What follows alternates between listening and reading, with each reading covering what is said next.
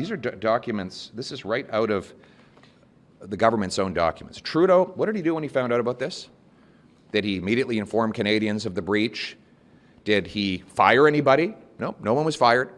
Did he call an inquiry to get to the bottom of it? No, he didn't do that either. Instead, he covered it all up. He defied 4 parliamentary orders to release these documents. When the Speaker tried to get them, he sued the Speaker to cover this up. Welcome back to the channel, everybody. I apologize for the delay in videos, but as you can hear, once your kids get sick, sometimes you lose your voice, so that's what I've been dealing with for a little while.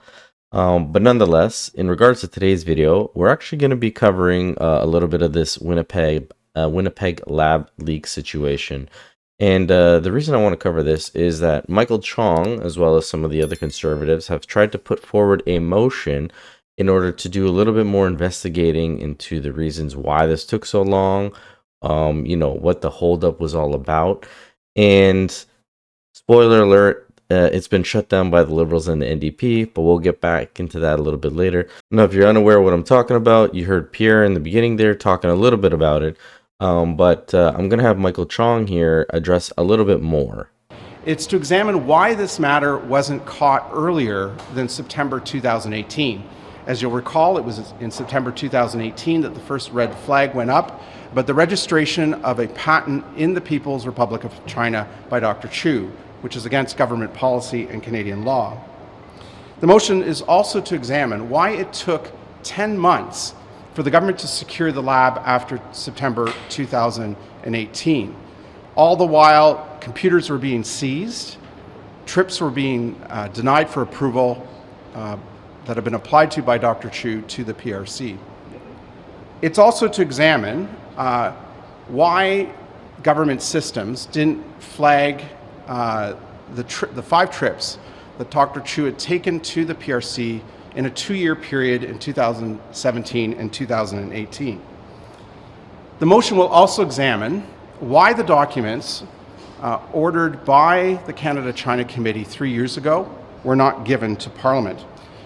Minister Holland has said that it's the fault of the Public Health Agency of Canada, that it was a decision of bureaucrats not to release these documents 3 years ago to the Public Health Agency of Canada.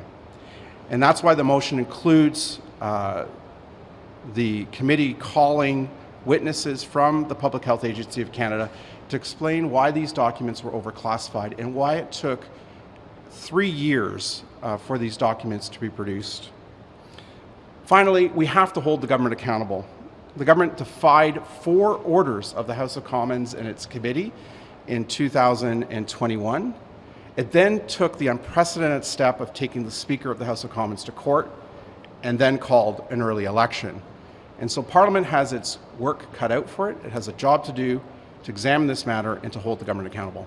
Now, as you could hear from Michael Chong there, this was a long stretch of time that they've been trying to get these documents or even any information about this released. But after these documents were released, all you would hear about is how this was national security.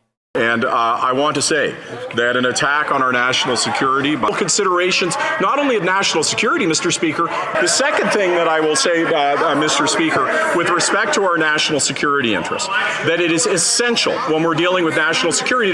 And let's remember, in this instance, we're talking about redactions that would occur to protect the identity of employees or to protect national security interests.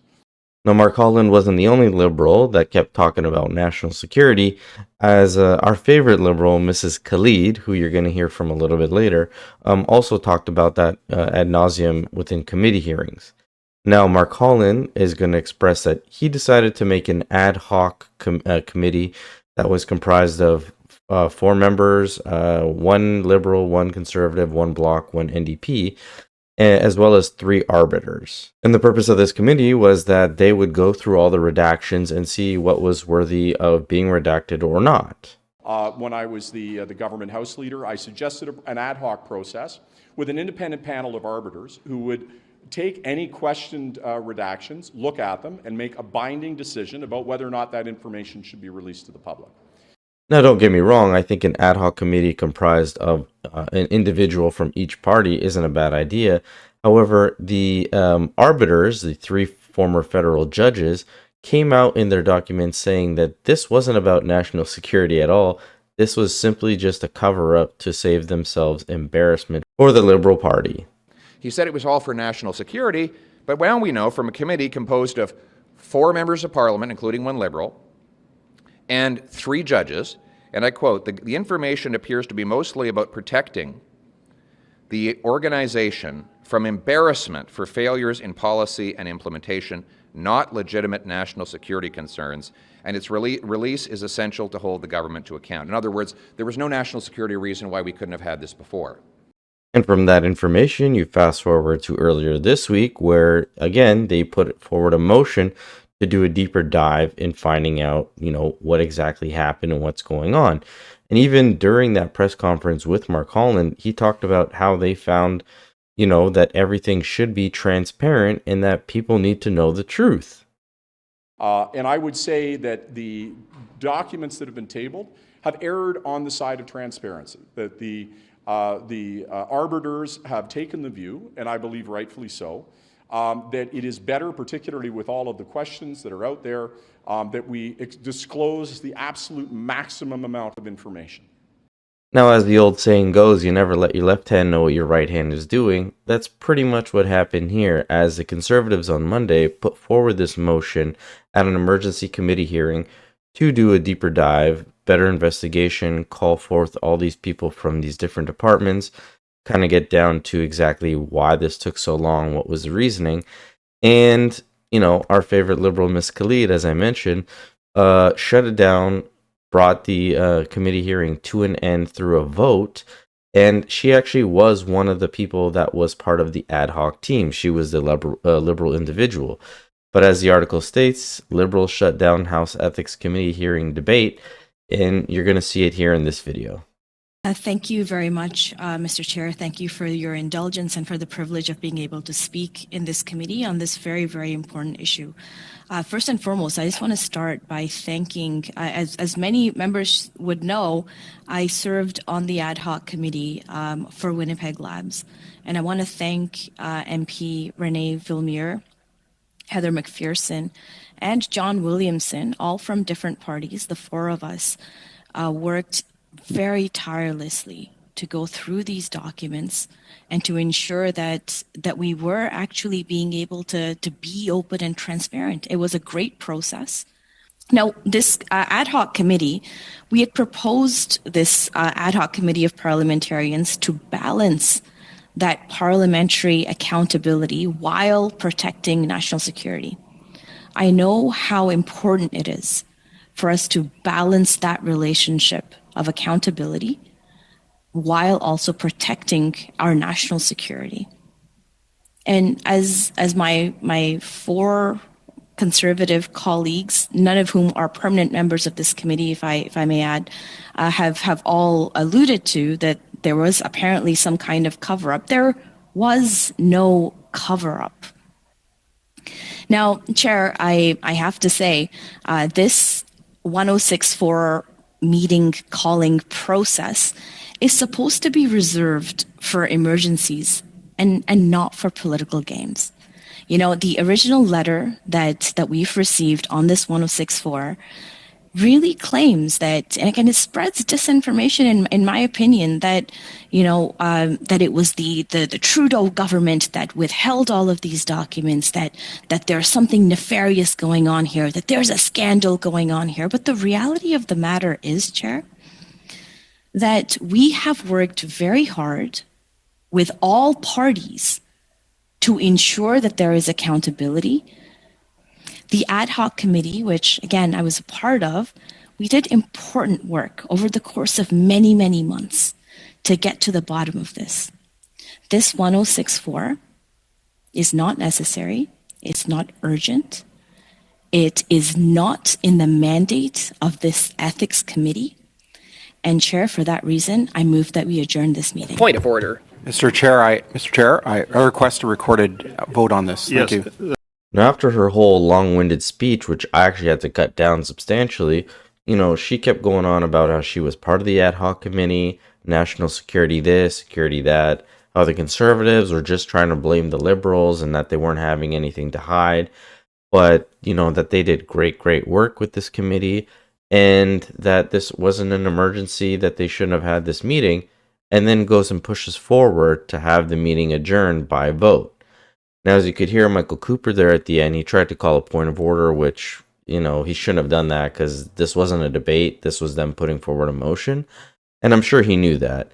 And the chair even shuts that down with Michael Cooper saying this is not a debate. We're just deliberating, talking about this motion.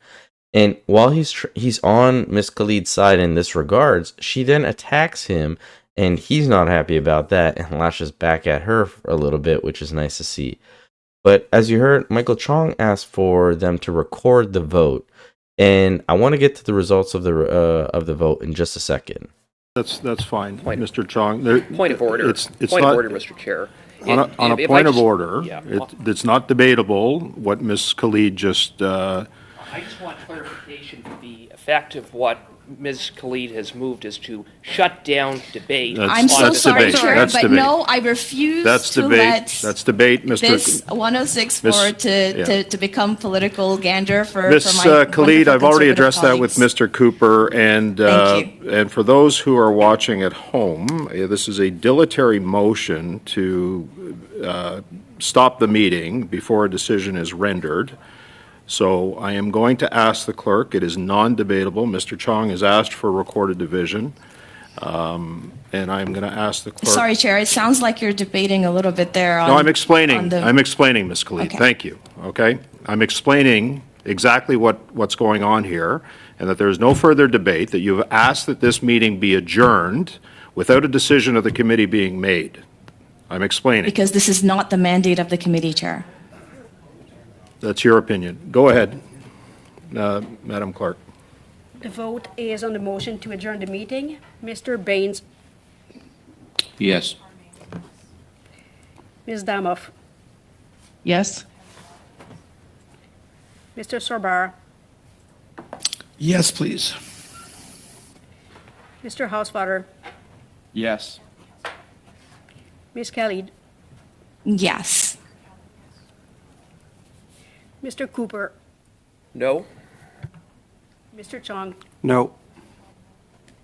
Mr. Ellis, No. Monsieur Villemur, Je suis contre. Mr. Green, Je veux pas la motion. yeas 6, nays 4. So the motion to adjourn does carry by Ms. Khalid. This meeting is now adjourned. And just like that, the so-called transparent government decides to just shut down everything, and that's that. Now, as I mentioned, I wanted to talk about it because, as she said, it was 6 yeses, 4 noes.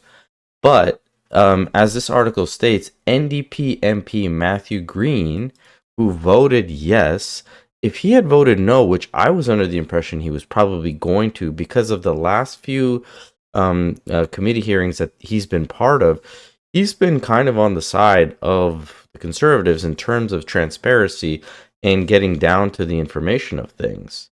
It was done inadvertently. I would put to you, sir, given the seriousness of this, given the highest level of leadership in our country, that an inadvertent omission for a year and a half, with these allegations floating out there about the Prime Minister, the kind of lack of trust and cynicism that the hyper-partisanship would bring in this environment, it warrants more than a response of like an inadvertent change in command. And so I'm going to go back to you because ultimately now you are the leader you are the commissioner of the RCMP.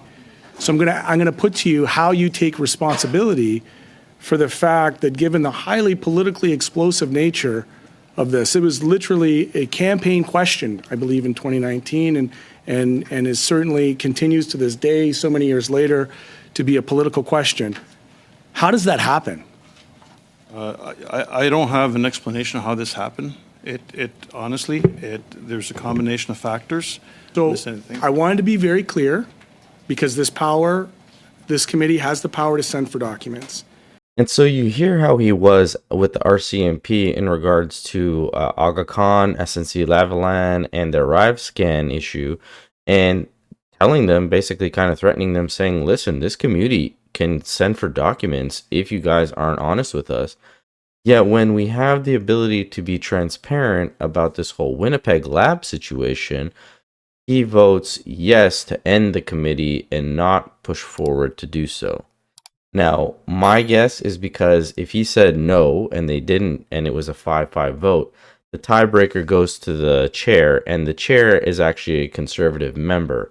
So who knows, maybe he was trying to play his hands with the Liberals and not allowing this, to be a conservative win. But again, this is just my opinion. Love to hear from you guys. Let me know in the comment section below what you guys think about this. Don't forget to hit the subscribe button. And as always, I'll catch you guys on the next one. Thanks so much.